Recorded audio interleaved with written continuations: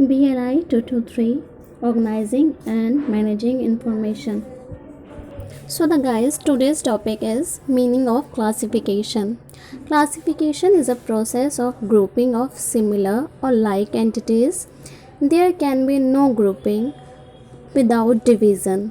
Therefore, grouping implies division. After grouping, start the process of ranking, that is, arranging the members of the group in a sequence.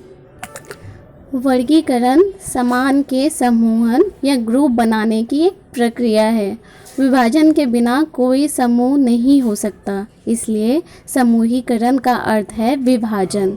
समूहीकरण के बाद ranking की प्रक्रिया शुरू होती है, जो समूह के सदस्यों को एक क्रम में व्यवस्थित कर रही है। इन अ सिंपल वर्ड हम कह सकते हैं क्लासिफिकेशन वो प्रोसेस है जिसमें हम किसी भी ऑब्जेक्ट को उसकी सिमिलैरिटीज़ के अकॉर्डिंग अरेंज करते हैं, एंड जब तक हम ऑब्जेक्ट को डिवाइड नहीं करते उसकी सिमिलैरिटीज़ के हिसाब से तो ग्रुपिंग नहीं होगा। इसलिए divide and grouping is must in classification. Grouping के बाद बात आती है रैंकिंग के प्रोसेस की। वाइल रैंकिंग, आपने जिस भी चीज़ की ग्रुपिंग की है उसको सीक्वेंस में लगाने की। For example, if we take example of UPSC exams result, first we divide candidates on the base of successful और अनसक्सेसफुल कैंडिडेट्स।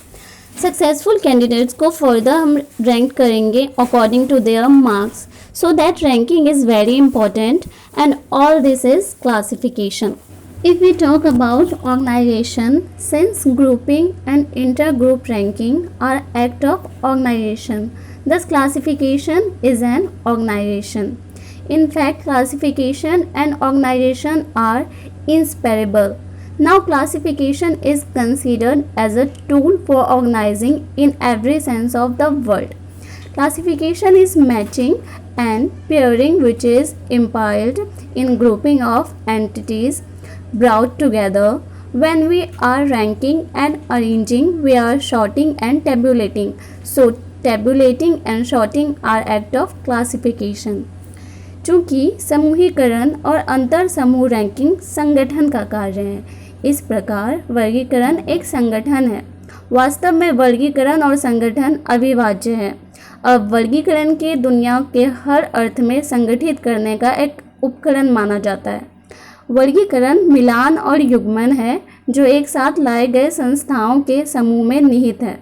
जब हम रैंकिंग और व्यवस्था कर रहे हैं तो हम क्रमबद्ध और सारणीबद्ध होते हैं, तो सारणीबद्ध और छटाई वर्गीकरण का कार्य है।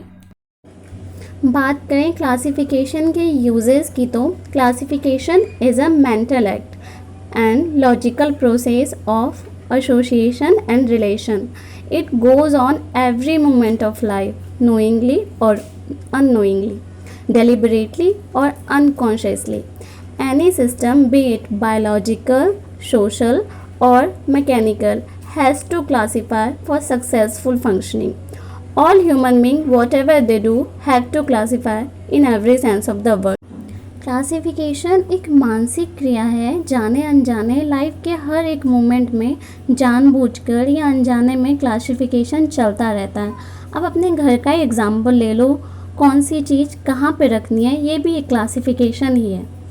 कोई भी प्रणाली हो, चाहे वो बायोलॉजी से रिलेटेड हो, सामाजिक हो या टेक्निकल हो, उनका सुचारू रूप से चलने के लिए वर्गीकृत करना बहुत नेसेसरी है। Now hope you guys understand what is classification exactly. Hope you like this video. If you guys any doubt related to any topic, so please let me know so I can try to explain. Thank you for watching this video.